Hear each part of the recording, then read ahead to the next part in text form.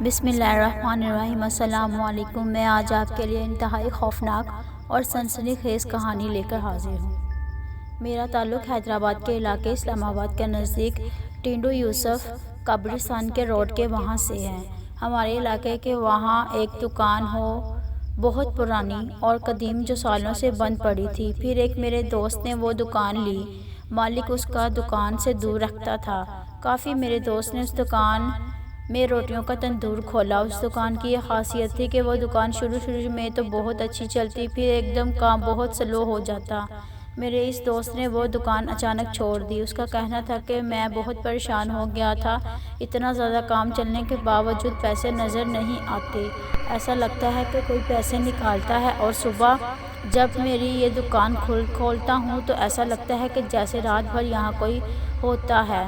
میں نے اس کی بات نہیں مانی اور اس کے بعد وہ دکان اور کافی لوگوں نے کھول لی، پر 2 یا 3 مہینے میں ہر کوئی وہ دکان خالی کر دیتا تھا۔ ہر کوئی یہی کہتا کہ اس دکان میں سے پیسے غائب ہو جاتے ہیں، اور رات میں دکان بند ہونے کے بعد صبح ایسا لگتا ہے جیسے رات سے لے کر صبح تک پوری فیملی رہتی ہے۔ دکان کے حلیے سے ایسا لگتا ہے سب چیزیں بکھری ہوئی۔ ہم 4 بھائی ہیں، میں تیسرے نمبر پر ہوں۔ میرے ایک بھائی ہیں جو کہ شیف ہیں، جو کہ کوکنگ کرتے ہیں، ماشاءاللہ سے بہت پیمانے پر کام ہے۔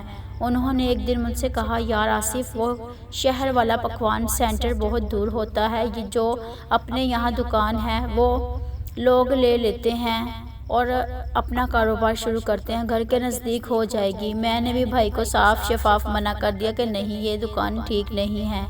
بہت منع کیا پر بھائی ان چیزوں پر یقین نہیں رکھتے تھے۔ میرے منع کرنے کے باوجود بھائی نہیں مانے۔ ہم نے وہ دکان لے لی رینٹ پر، اور شروع میں بہت اچھا کام چلا۔ کاؤنٹر پر میں خود بیٹھتا تھا اور باقی کھانا پکانے کا کام بھائی کرتے تھے، اور ہم نے 3 لڑکے رکھے تھے جو شادی بیاہ، عقیقہ اور دیگر تقریبات کا کھانا بناتے اور حلیم بریانی بھی بیچتے تھے۔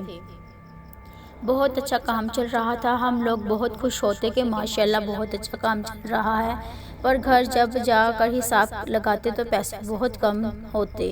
ہمارے مال کے حساب سے ہم لوگ بہت پریشان بھی رہتے تھے، لیکن باہر لوگ دیکھتے کہ بہت اچھا کام چل رہا ہے، پر ہم لوگ بہت پریشان ہو گئے تھے۔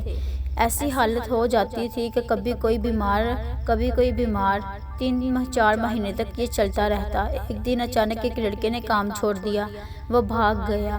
اس کو دیکھ کر دوسرا لڑکا بھی بھاگ گیا۔ اب بس میں اور بھائی رہ گئے تھے دکان پر۔ ایک ہفتے بعد میں اس لڑکے کے گھر گیا جو ہماری دکان پر تھا۔ اس نے مجھ سے ملنے سے انکار کر دیا۔ بہت اصرار کے بعد اس کے ماں باپ نے اسے راضی کیا۔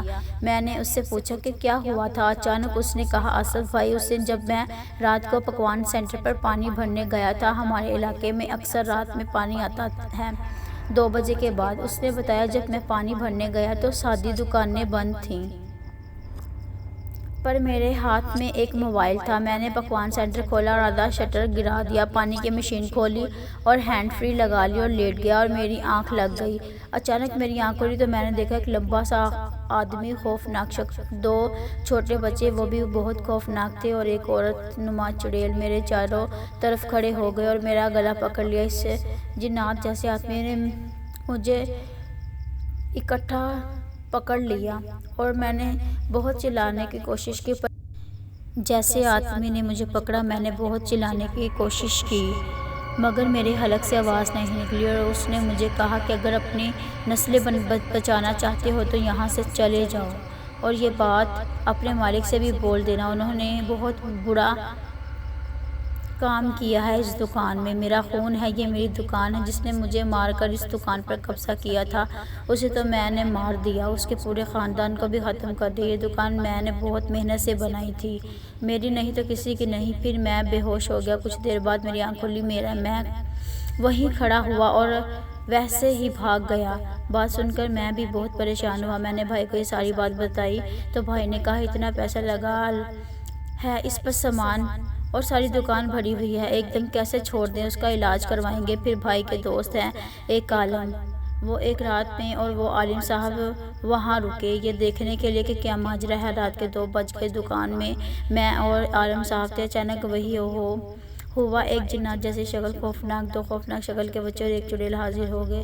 جیسے ہی وہ جن اور چڑیل اور 2 خوفناک بچے حاضر ہوئے تو انہوں نے عالم صاحب پر حملہ کرنے کی کوشش کی، پر عالم صاحب کے ہاتھ میں جو تصویر تھی اور ایک نیمبو تھا اور عالم صاحب مسلسل کچھ پڑھ رہے تھے جس جن کا حملہ ناکام جا رہا تھا۔ میں یہ سارا منظر ان سے دیکھ رہا تھا، میرے رونگٹے کھڑے تھے اور ایسا لگ رہا تھا میرے پاس زبان ہی نہیں ہے، اور عالم صاحب نے پتہ انہیں مجھے کیا پڑھا تھا کہ میں بالکل سن ہو گیا تھا۔ عالم صاحب نے کہا، اس سے چپ چاپ یہاں سے چلے جاؤ، جس نے تمہارے ساتھ ظلم کیا تھا تم نے اسے مار دیا، اب اور بے گناہ لوگوں کو کیوں تنگ کر رہے ہو؟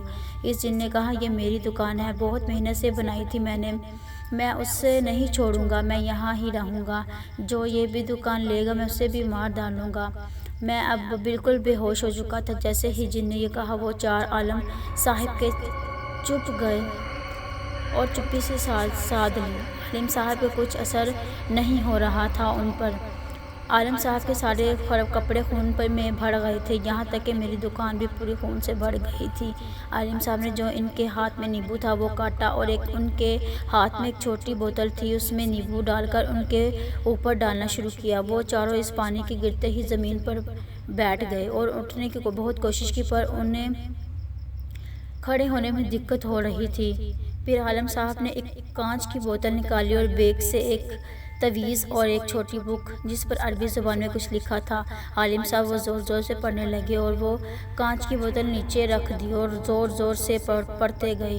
اچانک اس بوتل میں خود بخود خون جمع ہونا شروع ہو گیا، وہ بوتل فل بھر گئی۔ پھر عالم صاحب نے اسے بند کر دیا اور مجھے ہوش میں لا کر وہاں سے چلے گئے۔ 4-3 دن بعد جب ہم نے اس دکان کی صفائی کی تو دکان کا ایک کونا تھا جو بہت پرانا تھا اور اس میں ایک بہت بڑا سوراخ تھا۔ اس میں نے کھودا تو اس میں بہت سارے پیسے تھے۔ پھر جب مجھے یاد آیا جو کہ آپ کو میں نے پچھلی پوسٹ میں بتایا تھا کہ وہاں سے پیسے غائب ہوتے تھے، تو میں نے وہ سارے پیسے نکال کر عالم صاحب سے پوچھ کر اسے مسجد میں دے دیے۔ آج اللہ کا شکر ہے میری دکان بہت اچھی چل رہی ہے اور اس دکان میں ابھی بھی سب کچھ ویسے کا ویسا چل رہا ہے اور کام بہت اچھا ہو رہا ہے۔ I hope you like this video. Please like, share and subscribe to my channel and don't forget to press bell icon.